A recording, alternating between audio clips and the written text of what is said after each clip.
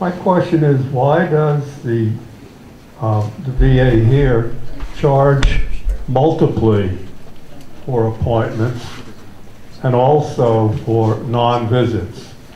I pointed this out to my doctor. He blamed the broken system, yet nothing came of it, and no one contacted me to hear about these. I wouldn't have known about it except for my United Healthcare statement. This is my Medicare Plus statement that I get because I make co-payments. But for the multiple visits and for billing for non-visits, I wasn't charged co-payments. I didn't know about that until I got my statement from United Healthcare. I want to call that's a problem, and it's an ongoing problem. It's happened to me numerous times. Secondly, it was necessary for me to cancel an appointment, which I did in a timely manner. The person never returned my call to reschedule. It's been months now, like in the 7th month, and they still haven't called me back to reschedule that appointment. So this falls within why we're here, appointment problems.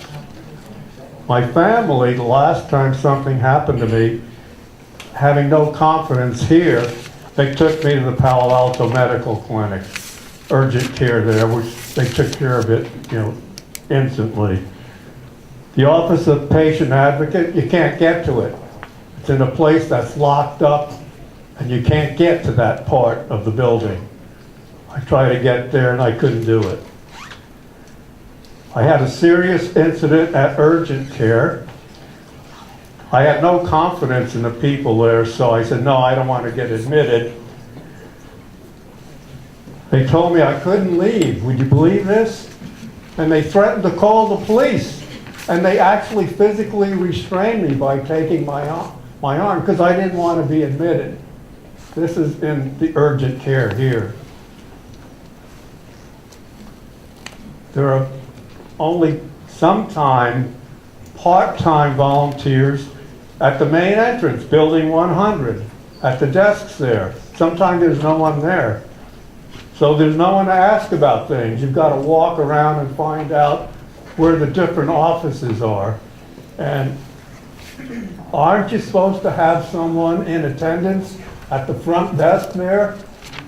An employee here, not a sometime, part-time volunteer? I'll address that. And also, the people who got up to praise the system here, they took up useful time that people with issues could not be heard. So they did a disservice to us. Thank you for listening to me. So, sir, if one of my staff would be happy to be in contact with you to go through these billing issues that you described in your other issues. I brought one copy of my Sure. United Healthcare bill to show these multiple charges. Sure. I mean, if you want to help him out, thank you.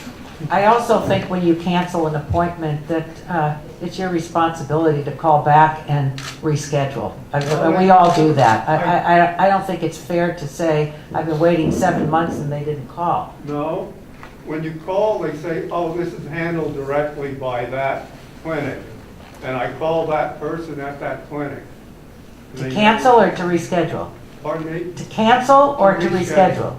And you haven't heard back from them? No, I did both. I called them, told them that I had canceled. Well, that's different. And I Some called doctors back, only make their own never heard appointments. from them. With that, I think, is there some statements from the ladies we could finish up with? Well, I would just thank you all for being here. You certainly have shed light on the issue generally, and I think we all have a little bit of homework to do, and we'll undertake that effort. I do think that the director has made it very clear that this institution is here to serve you, and we're going to make sure that that is in fact the case. And if it requires additional software or if it requires additional primary care physicians, or if it requires some kind of an adjustment to the pay scale so we can access the kind of people who can provide the services, then I think it's our job to do so. I do think that as we look at the needs of orthopedic services, we're going to have to drill down on that a little bit to see to what extent we're better served having in-house versus those who provide the services at a Palo Alto University Hospital. And with that, I'll just say thank you all for being here.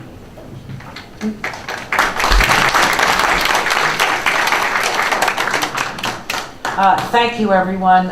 If there's anything that was readily apparent today is how large this system is, how complex it is, and how each person, their own uniqueness, their own case, their own needs, and an institution that really needs to serve all of that. And that is it's a tall order, but it's the order of the day. That's the work of the Veterans Administration. So, as Lisa said in the beginning, and it's a motto at my office: whatever we do, we can always do better. And so, for the individual cases that were brought forward at the microphone or in writing, I trust that the people that the individuals were referred to will handle their cases the way my office handles each constituent case. But there are broader issues that the Congress is going to have to address. I heard some negative comments in the audience about the